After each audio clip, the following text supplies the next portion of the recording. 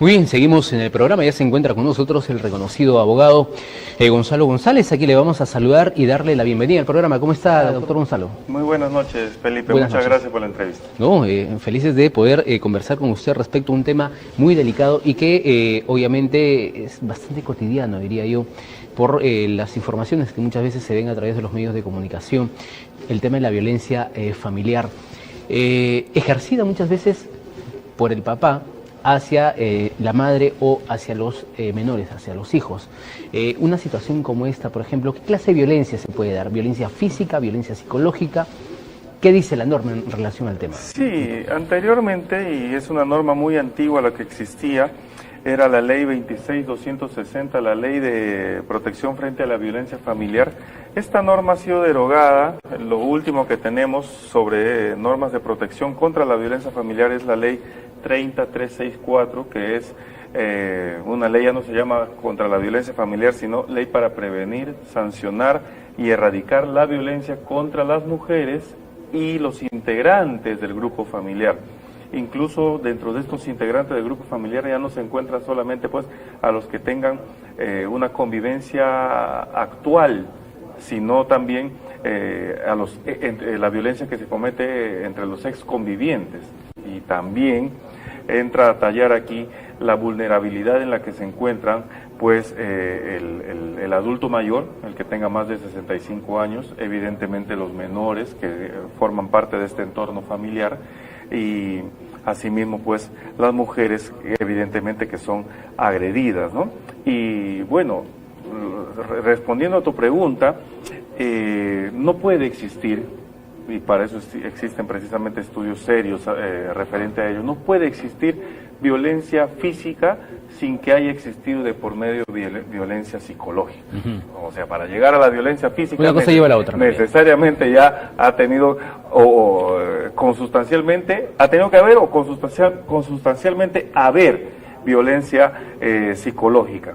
Entonces, lo que se sancionan son ambas conductas, y lo que ha dicho recientemente la Corte Suprema de Justicia de la República es de que las penas tienen que ser efectivas para no banalizar el asunto de la reiterada violencia que puede existir contra la mujer o contra su entorno familiar. Cuando hablamos de violencia psicológica, también podríamos decir que una palabra es mucho más fuerte que un golpe, que un puño, ¿verdad? Exactamente, y estas conductas no es que en un momento el agresor se despierta y golpea a la mujer, o grita a la mujer, o grita a sus hijos, no, sino que se trata de conductas que ya se han venido realizando y que por el estado situacional, el emocional de la víctima, y además porque considera que el agresor va a cambiar, porque considera que la lesión o la agresión no es tan fuerte, o a veces porque se tiene vergüenza del que dirán, ¿no? Del que dirán, o la revictimización que sufren en los aparatos estatales que forman parte del procedimiento de la denuncia, que se trata de eliminar con esta nueva norma, es que no han denunciado esos hechos anteriores. Ya denuncian cuando las cosas pasan a mayores, cuando te rompen la nariz, te vuelan un ojo, te cortan una oreja, o como pasó hace un tiempo con alguien de la televisión que le mordió la ceja por todo lado a esta chica, ¿no? Y bueno, en conclusión, como te digo, la denuncia, la víctima ya la hace, según los estudios que se realizaron, ya la hace cuando ya han pasado varias situaciones y etapas de violencia anteriores. Y es por eso que la Corte Suprema de Justicia de la República pues ha dicho, ¿no? La sanción, cuando ocurran estas cosas, tienen que ser efectivas para dar el ejemplo, para no banalizar estos actos de violencia. Ahora, ¿es necesario que la población, en este caso de repente las mamás, las mujeres, tengan en cuenta lo siguiente, de que se tiene que denunciar pues un hecho de violencia? Porque de lo contrario va a ser una cadena y va a seguir, va a continuar hasta conllevar a una situación que podría ser lamentable, ¿verdad? Exactamente, y para eso esta ley, la 30364, que se ha puesto en vigencia el 24 de noviembre del año 2015, ha acortado todos los plazos y ha dicho lo siguiente: una vez que en la comisaría se reciba la denuncia, el policía dentro de las 24 horas tiene que informar de inmediato al juzgado de familia sobre la situación de violencia. Por eso los juzgados de familia ahora entran de turno. Hay 3 juzgados de familia ahorita en Tarapoto, por ejemplo, ¿no?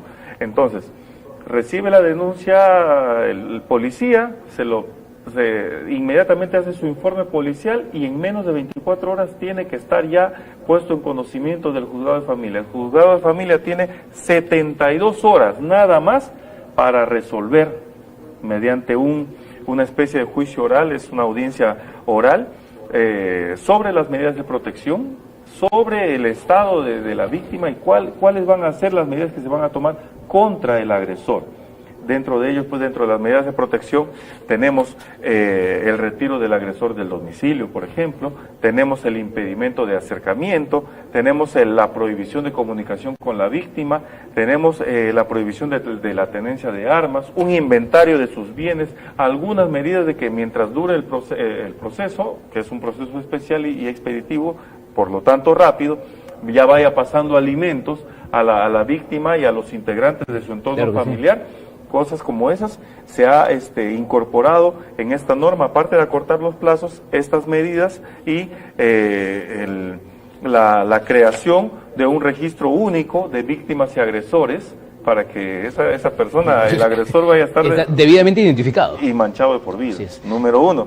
Número 2, un observatorio nacional de violencia contra las mujeres y las personas de su entorno familiar para que se puedan identificar los focos, ¿no?, donde mayor incidencia tienen estos hechos de violencia familiar, y además un centro de altos estudios contra la violencia contra las mujeres, ¿no?, para poder capacitar a la policía, al Ministerio Público, al Poder Judicial, en coordinación con los centros de altos estudios de estas dependencias también, y en general a todos los operadores del aparato estatal que tengan que ver con el asunto de la prevención y además también de la represión de la violencia contra la mujer. Doctor, yo quiero hacer una tingencia en el siguiente punto. Por ejemplo, cuando se hace una denuncia ante la policía, en algunos casos se ha sabido de que le han dicho, sí, pues, ¿qué habrás hecho pues a la señora, no? Y a veces ni siquiera quieren recibir la denuncia, o se hacen un mundo para hacerlo. Ahí hablamos de la revictimización, precisamente. Así es, eso es por un lado.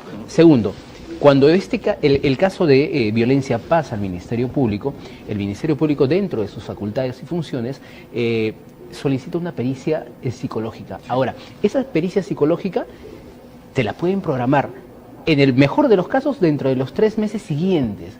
Entonces, planteo la siguiente hipótesis. En ese tiempo, el victimario puede hablar con la víctima, como se dice, hablarle bonito, y finalmente puede desistir de la denuncia en esos largos 3 meses hasta que se realice esa pericia psicológica.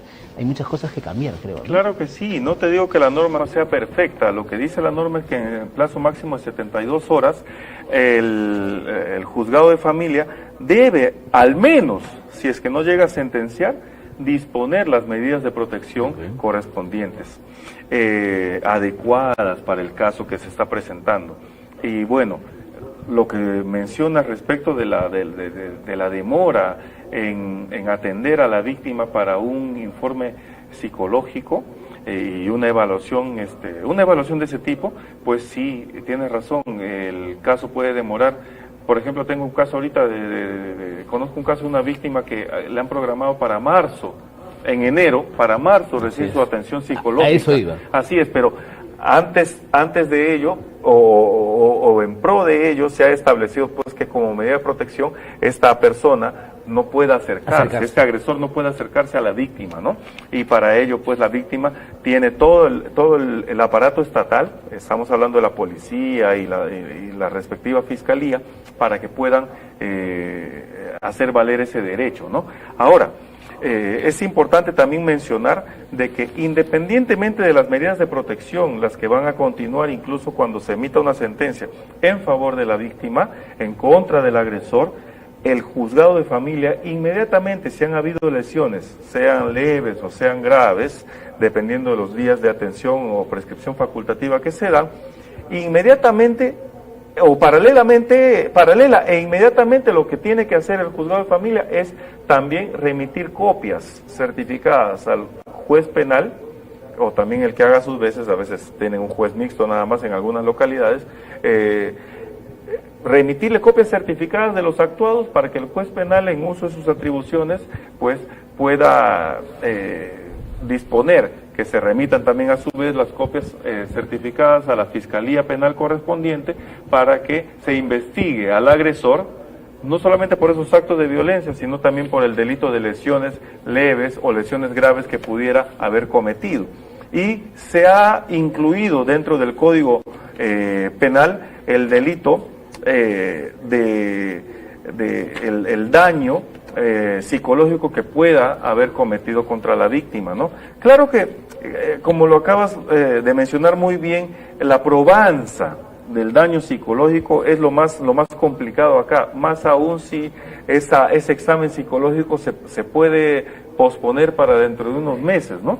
Pero para ello también se ha incluido en el Código Procesal Penal una facultad y un mecanismo para que no se espere hasta el juicio oral, para que recién se actúe en estos medios probatorios, sino que se haga como una prueba anticipada, esto es antes de que se inicie el juicio oral, incluso en la etapa intermedia, se haga esta pericia psicológica y pueda ya utilizarse eso como un medio probatorio en el juicio oral más adelante. Claro, en esta inteligencia que acabo de hacer en relación a esta pericia psicológica, no quiere decir que el Ministerio Público esté haciendo mal su trabajo, sino creo yo que tiene que ver más con una política de Estado precisamente en esos casos, porque obviamente se tendría que invertir en más especialistas, otorgar recursos para eso, para poder mejorar el sistema de administración de justicia, ¿no? Exactamente, no estamos diciendo que el Ministerio Público esté haciendo mal, están actuando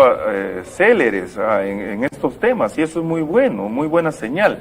Sin embargo, como muy bien lo acabas de mencionar, el Instituto de Medicina Legal es el que no tiene los suficientes profesionales para que atiendan estos casos de manera inmediata, y por eso es que ya tienen sus días copados de aquí hasta 45 días, imagínense. Entonces, por eso es que programan, no porque les dé pereza, porque se les da la gana, programan según su agenda, pues para la fecha en que lo tengan libre. Ahora, sí, es política de Estado. ¿Por qué? Porque con estos temas de anticorrupción, de los casos de Odebrecht, ya se ha destinado millones de soles al Ministerio Público para que puedan equiparse, ¿no?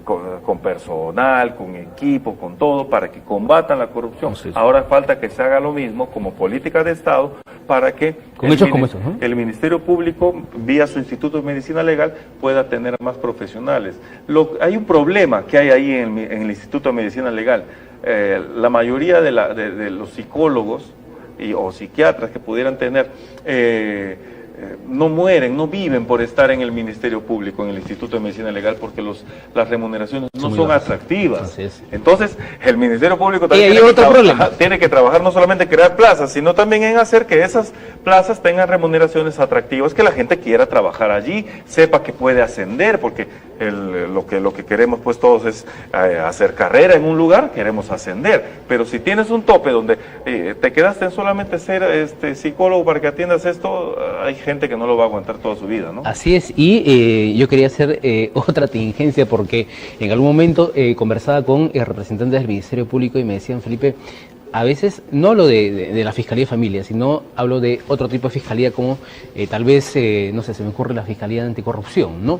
Donde obviamente ellos también necesitan peritos, sin embargo, hay que contratarlos, pues, ¿no? Entonces los recursos muchas veces no existen, no hay o son muy exiguos, entonces como que las cosas ahí también tendrían que cambiar. Exactamente, ¿no? Y los peritos, pues, si es que ven que nadie les va a pagar, pues no hacen su trabajo, lo hacen mal. Y ahí ya tienen un paso en falso la Fiscalía con un medio probatorio tan importante como es una pericia. Ahora, hasta una persona, volviendo al tema, una persona no puede, por ejemplo, ni siquiera decirle un ajo o una cebolla a una mujer, ¿eso se puede tipificar como violencia psicológica? Definitivamente, eso sí se puede tipificar, pero el tema de la probanza allí es bien complicado, ¿no? Y bueno, retornando a tu pregunta, donde me mencionabas que el policía puede preguntarte, ¿qué habrás hecho, no? ¿Qué puede pasar? Todavía tenemos muchos asuntos, muchos temas de machismo, de sexismo aquí en el Perú. Nosotros estamos en una ciudad pero hay casos más terribles todavía en zonas alejadas de los centros urbanos. Bueno, para ello, esta ley, la 30364, lo que ha hecho ha sido introducir dentro de la infracción de deberes funcionales y la denegación o deficiente apoyo policial una causal más, que es que si se trata de asuntos de violencia familiar y la policía no ha querido atender el caso, pues o no ha realizado todo el trámite que dice la ley, pues la pena se agrava.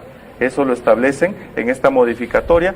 Cuando la pena, por ejemplo, para un caso normal es no mayor de 2 años, para el caso de violencia familiar la pena es de 2 a 5 años y efectiva. Y en el caso de 2 a 5 años y efectiva. Así es, denegación o deficiente apoyo policial, cuando el policía no quiere atender la denuncia o lo hace deficientemente, tratándose de violencia familiar, la pena que normalmente sería no mayor de 2 años, se aumenta a 2 a 4 años, tratándose de violencia familiar o cuando no quieren brindarle a la víctima las garantías personales que ha solicitado. Para el victimario, por ejemplo, de violencia psicológica, violencia física, ¿qué dice la norma? ¿Cuántos años de pena privativa de la libertad? Lo que pasa es que en estos casos, la pena privativa de libertad sí se ha agravado en estos casos, pero en el delito se lo ha incorporado en el delito de lesiones leves o lesiones graves provenientes de la violencia familiar, y ha establecido que las formas agravadas, cuando tengan que ver con asuntos de violencia familiar contra la mujer o contra personas de su entorno familiar o contra los adultos mayores o cuando han abusado de una situación de parentesco, la pena es de 6 a 12 años. De 6 a 12 años, definitivamente efectiva. Así es. Y si la víctima muere a consecuencia de la lesión y el agresor pudo prever eso, de 12 a 15 años en el caso de las graves. Pero en el caso de las lesiones leves, tratándose de víctimas de violencia familiar, pues la pena ha aumentado a, nos dice acá, de 2 a 5 años y de 6 a 12 años si se trata de víctimas de violencia familiar. Doctor, finalmente, ¿qué se le puede decir a aquella madre de familia, o sea, aquella persona que en estos momentos está escuchando lo que usted está señalando y obviamente que esté viviendo una situación compleja, complicada en el seno de su familia con este tema de la violencia psicológica, violencia física? La idea es denunciar y que no se quede así, ¿verdad? Así es, definitivamente. Desde el mes de noviembre del 2015 tienen ustedes, señoras víctimas de violencia familiar, mejores herramientas legales para que puedan hacer valer sus derechos, para que puedan no encontrarse o no quedarse en una situación de vulnerabilidad. Pueden acudir directamente a cualquier comisaría, no solamente a la de la mujer. Si es que, imagínate, pues una víctima que llegue con el tabique roto y le van a decir en la comisaría del centro de la ciudad, no, tienes que irte a la del pueblo joven, no, tienen que atender la denuncia y hacerlo de inmediato. Y además, si ese policía no quiere aceptarte la denuncia, no te quiere atender porque tiene pereza, porque piensa que lo estás inventando todo, también le puedes ir al Ministerio Público a denunciar a ese mal efectivo policial por no atender la denuncia y, válgame Dios, el proceso que se le va a venir, porque esta ley ha agravado las penas y la Corte Suprema dice que las penas tienen que ser efectivas. Muy bien, doctor, importante lo que se ha señalado esta noche y estoy seguro de que es de mucha utilidad y de importancia para la población sanmartinense. Muchas gracias, doctor Gonzalo González, por haber estado esta noche con nosotros. A tus órdenes, Felipe. Muchas gracias. Muy bien, vamos a una pequeña pausa comercial y